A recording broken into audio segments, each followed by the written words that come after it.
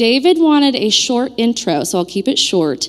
His career has been focused on public service, education, and leadership, and he has also created a nonprofit foundation dedicated to developing student leaders and providing scholarships. So please help me welcome Dr. David Carter.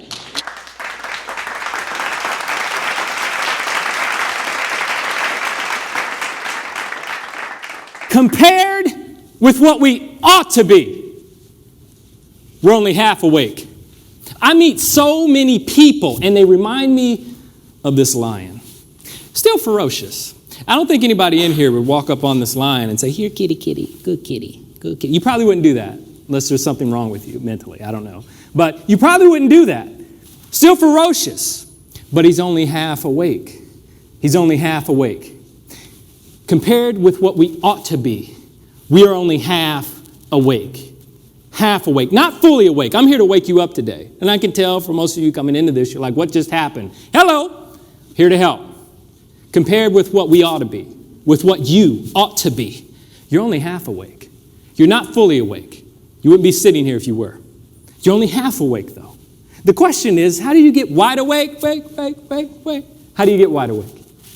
We'll talk about it. But compared with what you ought to be, you're only half awake. Only half awake. Your fire is damped. I meet so many people, and they remind me of the barbecue grill at the park. Charcoal, cobwebs, dirt. There used to be a fire there at one time, but it has since gone out. Haven't seen it in years. I went to one company. They were like, "Hey, can you help? We want to talk about burnout." I talked to their employees. And I said, what's the problem? They said, "Well, we're burned out." And I said, "That's impossible, Amy, because you're never on fire, right? I mean, come on. You have to be on fire first." What's going on here? Our fires are damped. There was a fire there at one time, but it's been damped. Somebody threw cold water on it. Not there anymore. Compared with what we ought to be, we're only half awake. Our fires are damped. Here's another one for you. Our drafts are checked. We don't say drafts that much anymore. But you meet some people, and there's just a breeze. Easy, breezy, beautiful color girl, right? Right? There's just a breeze. And you meet some people, and stuff's locked down. There's no flow in their life. None. You don't see any flow whatsoever. Drafts are checked, shut down. We got to get that open. We got to get that open. We are not fully making use of our possible mental and physical resources. We're only using a small part. I meet so many people, and they remind me of the United States in its infancy in 1776. If you were to look at a light diagram of the earth at night, this is what you would see. Now, if you notice, the areas that are built up, the industrialized areas, they're lit. And as you head further west in the U.S., you'll see it goes dark a little bit through the Midwest, and then once you finally get over onto the left coast, you'll see that it's lit up. But look at Africa, look at South America, all the areas that are not industrialized. They're dark. Same thing for a lot of people in their mind. They're dark. They're not making full use of their possible mental and physical resources. They're not. So they're dark. So the question is, how do we make full use of that? How do we make that happen? And I said the United States in its infancy because 13 colonies were originally on the East Coast. So all you would have seen back then was a little strip that was lit up. And then we started to develop. But most people that I meet, they're only using a small part of those things. Small part of mental and physical resources. How do we use more? Well, got an answer for you. William James, he said that directly. He founded psychology. So any speaker that you hear that speaks in this realm, they know about him or they've taken something from him. And that's what he said. He said, compared with what we ought to be, we're only half awake. Our fires are damped, our drafts are checked, we're making use of only a small part of our possible mental and physical resources. The energies of men. That's the essay that he wrote. And since that time, we've looked at how do we use more? How do we incorporate more? How can we go a little bit more each day to use a little bit more of our resources? How can we do that? Carney was able to do that, and he did it in an instant. And there are a lot of people who do that. But the question is how do you do it? Has everything to do with this thing called awesome, okay? So let's deal with the definition. I wanted to give you the real definition before we got into anything else because I hear it so much today, and it's a challenge for me to hear that. So here's the Webster's Dictionary real definition. And when you think about the term awesome, you probably used it today more than once already. But think about this, okay? Causing awe. When you use the term, is it about something that's actually causing awe? Like awe, awe, right? When you break it in half, awe, reverence, powerful, grand, like the Grand Canyon. You can't look at the Grand Canyon and not think awesome. But you can look at other things and think, not awesome. I probably shouldn't use that term, right? And by its very nature, some, not much, a little, unknown, specified. So by its very nature, we know that very few people are awesome. But we use that term to describe most things in our lives, and we really got to stop that. I'm just here to give you a definition today, truthfully. When we look at the term awesome in the literature, I actually track this. Look at the graph.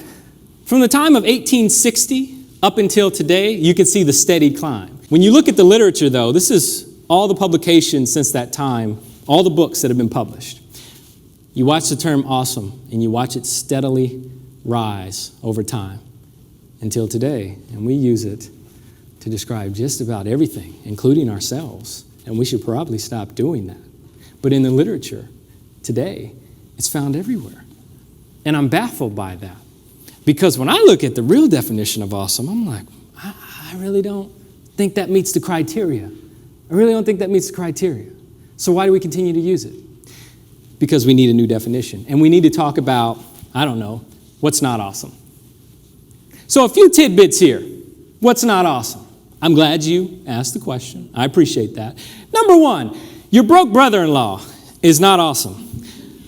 Brother-in-law, sister-in-law, aunt, uncle, cousin. If you're not laughing, it's probably you. Not awesome. We all have one of those in our family. Quit. Please stop using the word to describe them. They're not. And if they're using it to describe themselves, say, hold on a second. I was at this meeting, and that's really not awesome. So I need to stop using it. Broke brother-in-law, not awesome. Please stop. Nachos and guac, not awesome.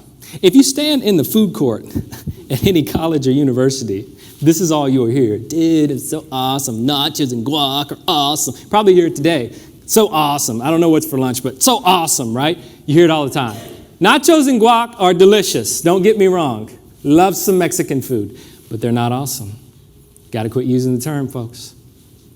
Your fantasy football league, men, I don't care about it. I don't care about it. If you're that good, go try out for the Chiefs or something. I'm sure they need you.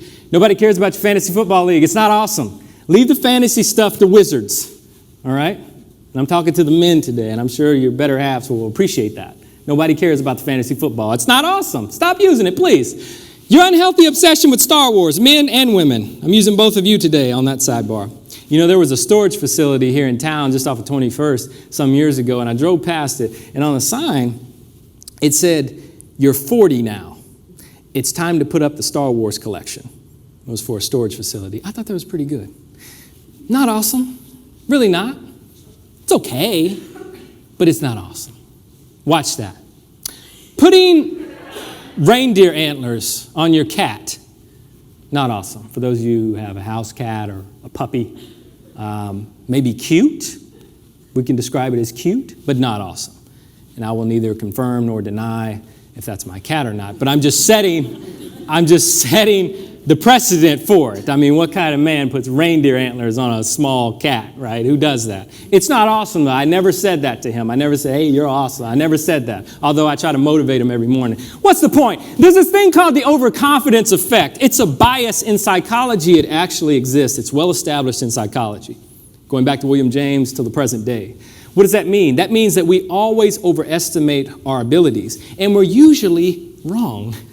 We're usually wrong. In fact, on a very modest estimate, when you look at it and you look at the research, 40% of the time we're wrong when it comes to what we think we know and what we can actually do. You know, it's the guy who watches Tom Brady and says, you're not going to do that pass a little bit better from the couch. You're on the couch for a reason. You probably could not have done that. Probably could not have done that.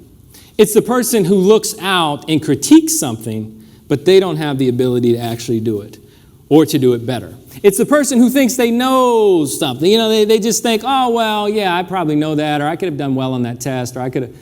Overconfidence effect. How long's the Nile River? Estimate that. Some of you probably think you know. It's interesting. How many stars are in the sky at any given point? How many galaxies do we have? I don't know. If you ask people those kinds of questions, they'll give you an answer, and they're pretty confident that they're right. Most of the time, they're not, though. That's why we think we're awesome, because we're so overconfident today in our ability to do our job a lot of times, in our ability to interact with others, in our knowledge base, in the things that we think we actually know. We're overconfident. It's a bias that you have to get past if you want to reach this realm called awesome, truthfully. Keep that in mind. No one thinks the alligator is going to latch down on the arm, right? But every now and again, the alligator latches down on the arm, and you're in trouble. If you don't get rid of the overconfidence, and I know working in sales and working in finance and working in this space, it's like, oh, you need to beat your chest. Yeah, you got to have some bravado and all that. You really don't. You really don't. You need to have a modest estimate of your true abilities. Humility, right? A little bit of that. It has to temper that. Not to say that you can't be confident, but humility tempers that. Humility, C.S. Lewis reminded us, it's not that you think less of yourself. It's that you think of yourself less. Just keep that in mind. The overconfidence effect. Until you get past that and realize that you have it, I don't know that you're actually going to get to this place called awesome. It's very tough to get there. Very tough to get there. So keep that in mind. You must always be in a perpetual place of learning today. I'll touch on that a little bit later, but if you're not, you're already behind. Can't think that you know it all, because you truly don't. No one does. Watch the overconfidence item, though. Watch that. New definition of awesome. What is awesome? What is awesome? I want you to think about, even coming here today, I don't know why you came. Maybe you got an email, or you're like, hey, let's just see what's going on here. But you probably already had something made up in your mind of what you thought awesome looked like, or what that actually was. I'm going to break it down for you so you can leave this place today, hopefully with the new definition, hopefully inspired to step into that realm. So, awesome stands out. It doesn't matter where I go. I know every single time when I step into the room where the awesome people are. Even in this room today. You want me to tell you? I won't tell you. I already know. Awesome stands out. I don't have to spend a whole lot of time at a company, a business, whatever, to know when it stands out. I don't. You automatically know. Awesome stands out. Now here's the thing. The gummy bear is the same as all the other bears. But it still stands out. It's just as sticky, just as gooey. You like gummy bears, right? Of course you do. Delicious stuff. Looks the same, but stands out. Here's the next question for you to write down. Do I stand out? And I don't mean because you're wearing a purple suit. Watch out. Watch out. Do I stand out in the organization? Do I stand out? And I don't mean you're beating your chest and you're boastful and you're prideful and you're purposely being the brown nose. That's not what I'm talking about. Awesome people, most of the time, don't even know they're awesome. They're just doing their job, and they stand out. And I either try to hire them or get them hired, trust me, because they stand out. Awesome always stands out. You really don't even have to look for it. So I'm talking to leadership today. I'm talking to folks who maybe you're looking for good people, looking for love in all the wrong places maybe. I don't know. Awesome always stands out. You don't have to do a lot to that. You just have to work on yourself. Develop some of these things I'm going to talk about. You will stand out. But it always stands out in an organization. And I always know when I come in. I just need to spend a little time with you. I'm like, oh, wow, those folks are awesome. And then you meet other people and you're like, not so much. They're like the broke brother-in-law. No, not so much, right? Awesome stands out. Do I stand out? Think about that question.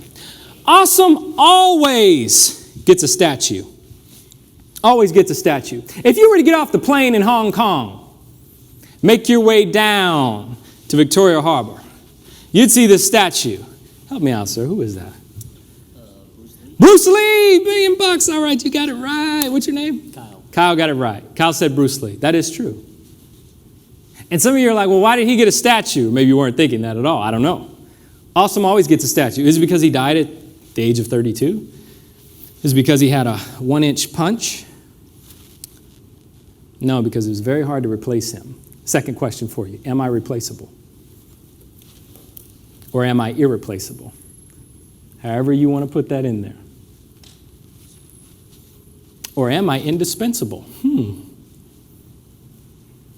Awesome always gets a statue. It's firm and in place. Scenario. I was working with a university one time. There's a lady there, she was awesome. Trust me, she was. Really didn't know it though, but she was. She decided to take another job. When she left, the place nearly collapsed. Leadership failed to realize how awesome she was, and they realized quickly once she stepped out because it was very hard to replace her. How does that apply to you? Awesome is a statue. It's hard to replace you. Are you indispensable? I've got a few books in mind that I'll recommend for you on that, but are you indispensable? Awesome is hard to replace. They stand firm also, and other people can lean upon them if they want to, and even take selfies, maybe, as well. Awesome always gets a statue. You show me somebody in history who was awesome, I guarantee they got a statue. Just keep that in mind.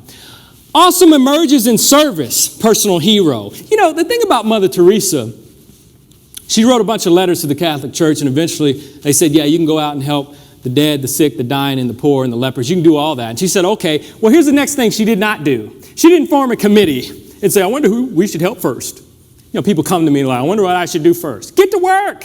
That's what you should do. What do you mean, what should I do first? She didn't do any of that. Here's what she did. She tightened up her robe a little bit, stepped out onto the streets of Calcutta, and just started serving people. Awesome always emerges in this thing called service. You know it. You definitely know it.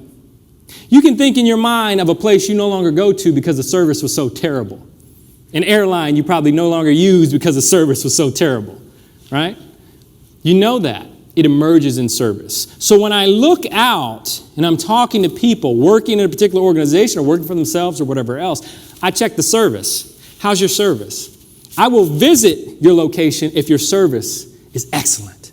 I will stop visiting if your service is not excellent. People vote with their feet most of the time. Next question for you. How's my service? How's my service? Is it awesome? When somebody interacts with you, now whatever that is on a daily basis, are they like, wow, yeah, that's awesome. I interact with some people and I get that experience. And from that point on, I'm like, I always want to work with you. I always want to contact you because I know that I'm dealing with an awesome person because the service is there. It emerges in that. It emerges in that. Awesome takes steadiness and time to build. So that's one block in the Great Pyramid in Giza, Egypt. One block.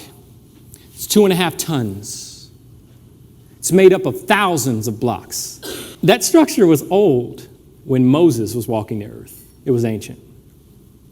And you can walk around in it today. It took decades to build it, though.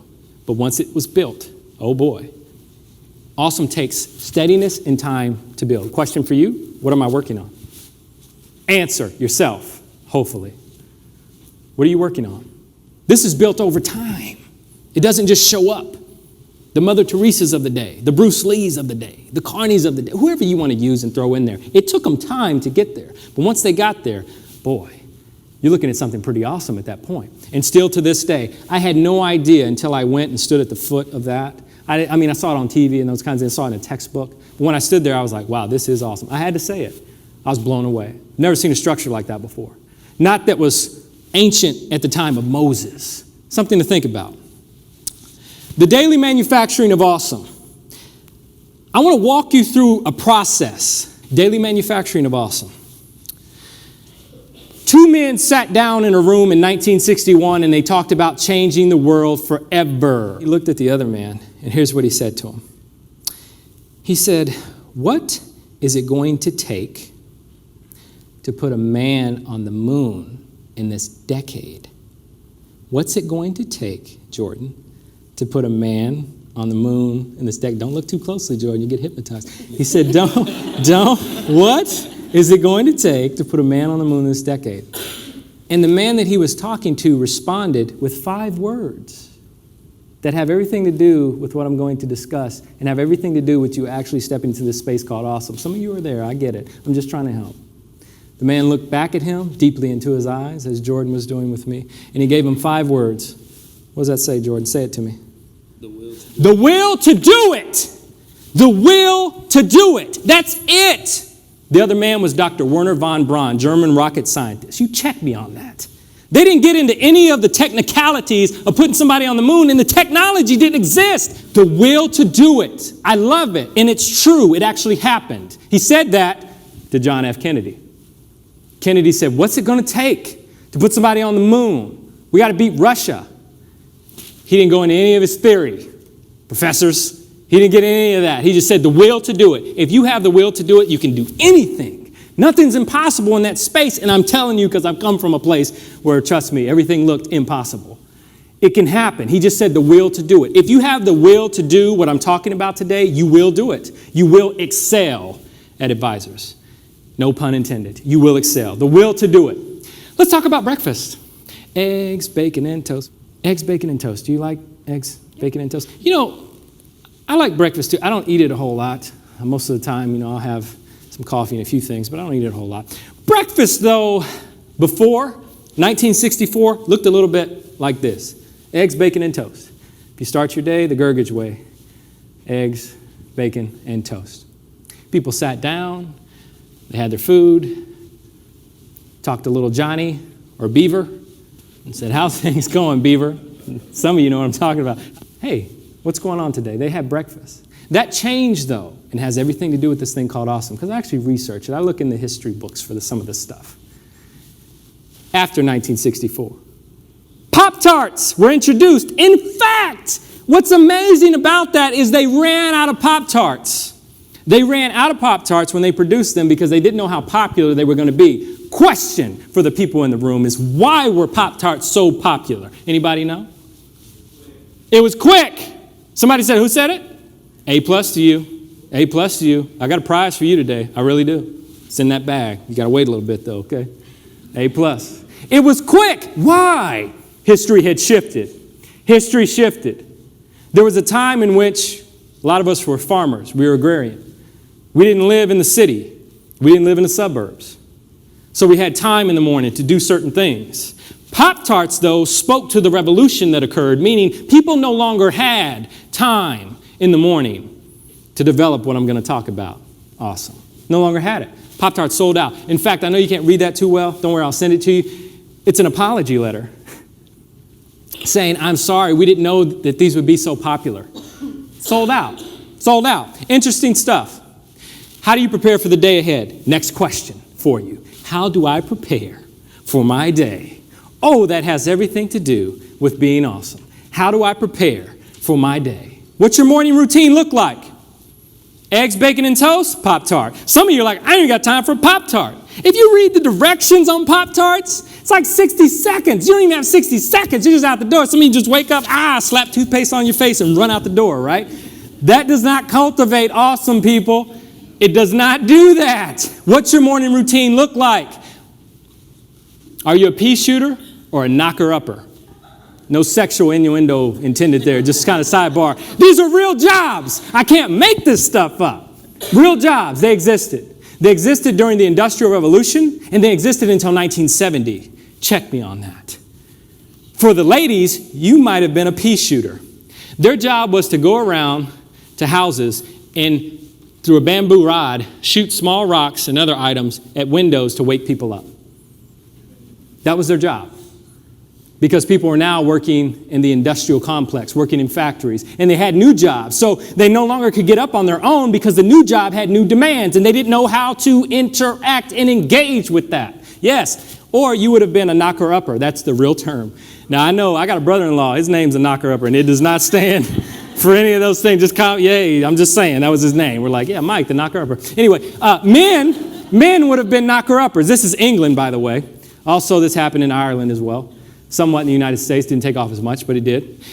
He would go around with a long pole with wires at the end of it, and they would scratch the windows of the industrial workers to get them up. They didn't have alarm clocks, didn't exist yet. Why?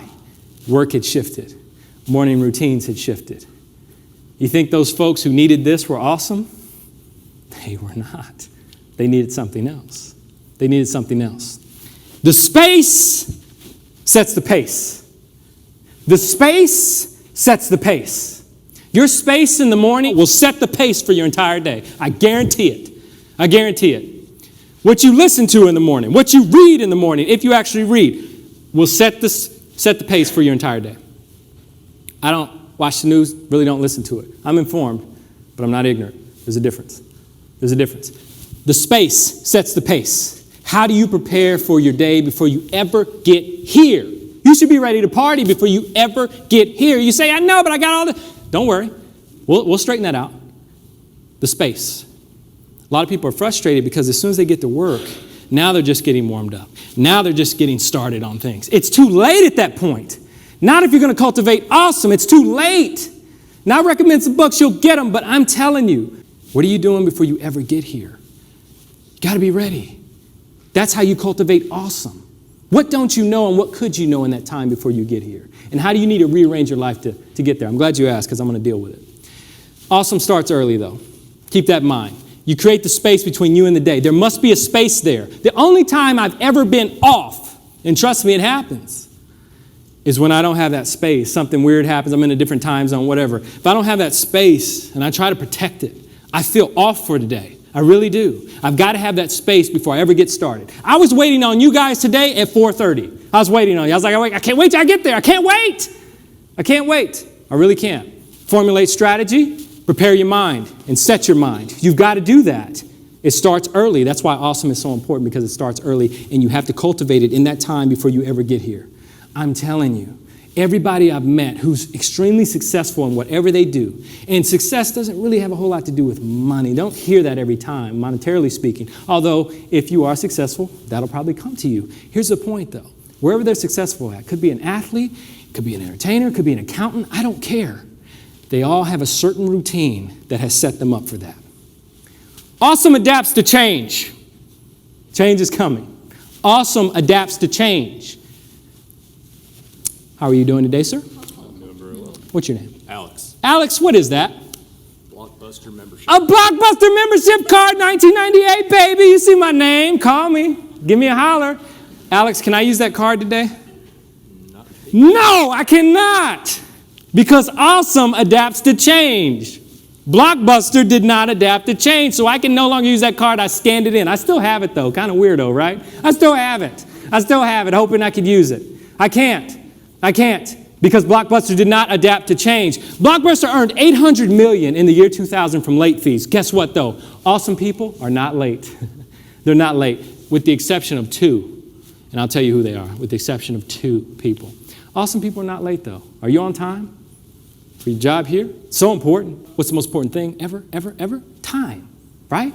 Time. Time is important. So you understand that, hey, you probably shouldn't be late. That's just my way of saying if you're late or you're perpetually late, work on that, please. Please. Awesome people are not late. Blockbuster turned down Reed Hastings with Netflix. Turned him down. He came to them. In part, he was late. So there's the one exception. He had a late fee, $40 late fee, Jordan, on a movie, Apollo 13. I talked about that last time I was here, Apollo 13. He was late on that movie. He liked the movie. Had a $40 late fee, and he started Netflix. Awesome people learn, though, from opportunities. When he approached Blockbuster, he said, hey, $50 million, you can buy my company. They were like, that'll never take off. Streaming? What? Who would ever do any of that stuff? Who wants to do that? Today, Netflix is worth $33 billion. That's with a B. How does that happen? Because they adapted to change. One store left in Alaska. But also, I'm answering your question, Alex. Awesome people would never live in Alaska. So just kind of keep that in mind. Keep that in mind, okay? They would not live in Alaska. I love the fresh air. You go live in Alaska. That's the only place you can use a Blockbuster card, people. I got to keep moving. I've ridden a jackass in Iraq, and I've ridden a camel in Egypt. I prefer camels. I prefer camels.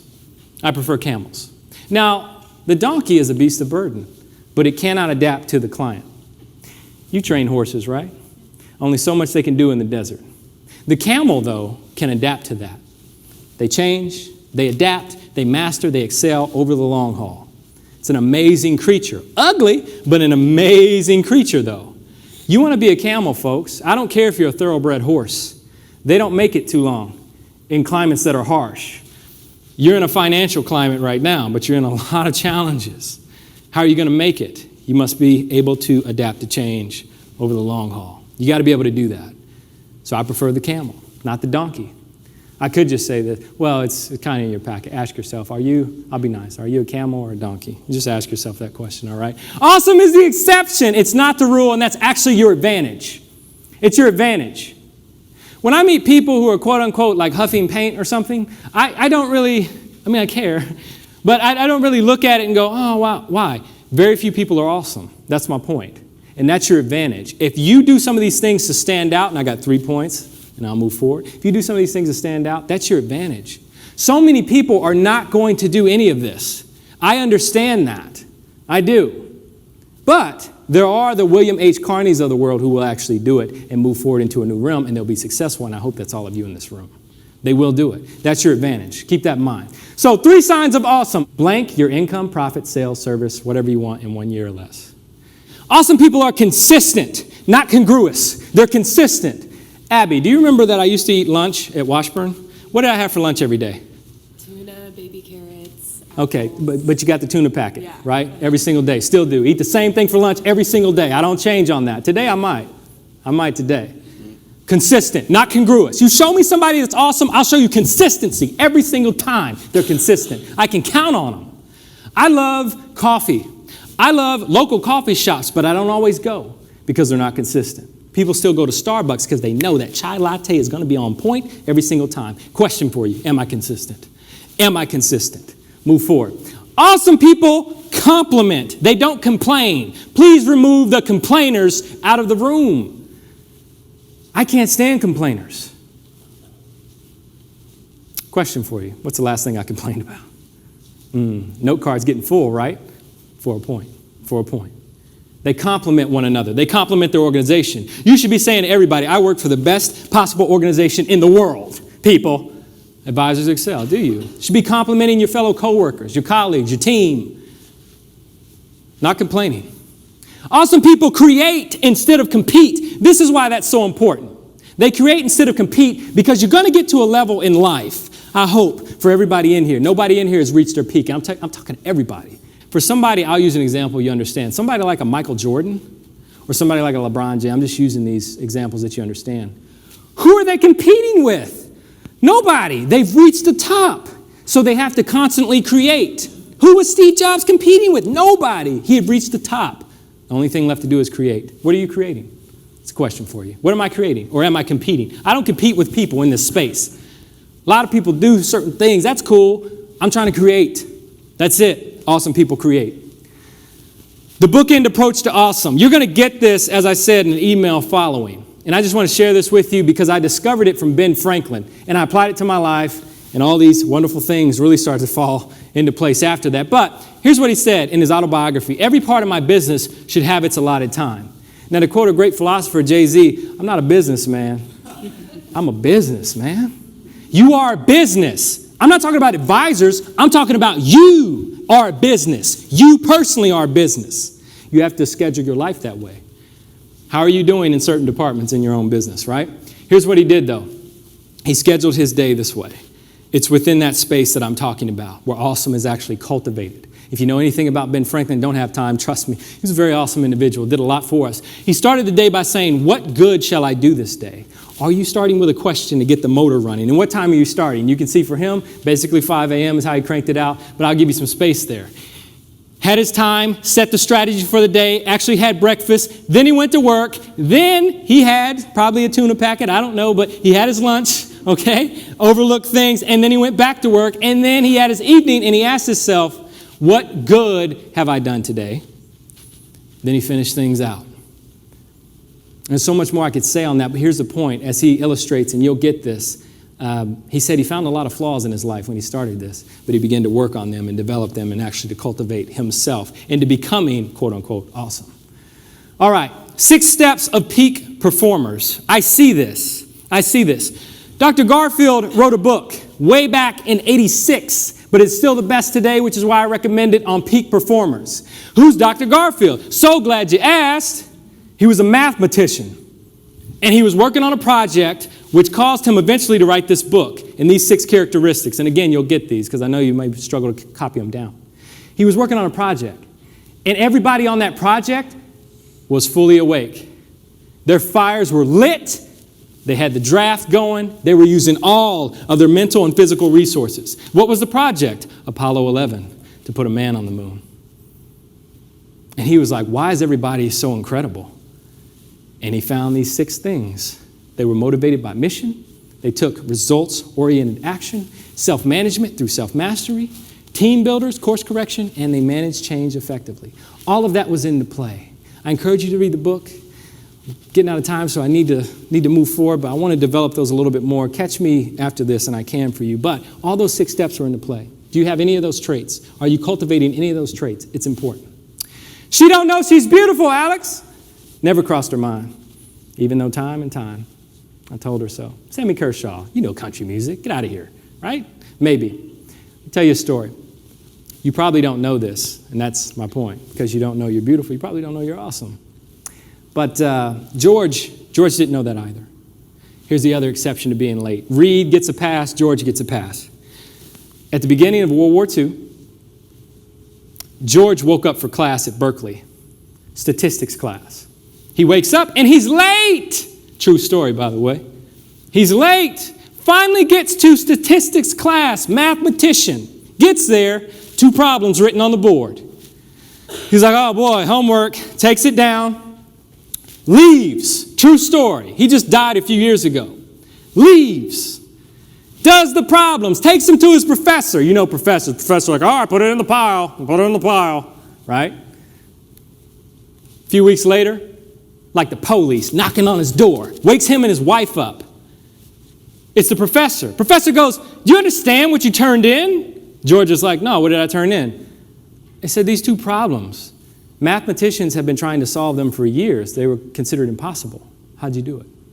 He goes, I just thought they were homework. I didn't know they were impossible. That's a true story. That's why I cut you no breaks. There are no limits unless you place them on there. Place them on where? On your mind. Here's the real question for you. Who told you that? Who told you that you were not awesome? Who told you? You say, oh, you just told us that. Yeah, that's true. But who told you that you had limitations? If you don't know it, or you don't listen to it, you excel beyond that point. Keep that in mind. George found that out. So awesome. Stands out, gets a statue, emerges in service, takes steadiness and time to build, starts early, adapts to change, is the exception and not the rule. And that's actually your advantage every single time. Remember this, and that's William H. Carney, by the way, and that's the actual flag. He lived. He went on for the next 30 years to be a mailman. He delivered mail after that war for 30 years. Can you imagine William H. Carney, who did all that, shot multiple times, never let the flag fall, crawled back on his knees, handing you your letter. He's the gummy bear. He looks like everybody else, but you just know there's something different about him. You're the flag bearer of awesome for this company. You represent the standard. You're front and center. You're moving forward. I hope. All right. So stop using the word awesome. Actually go out and be awesome. That's my point today.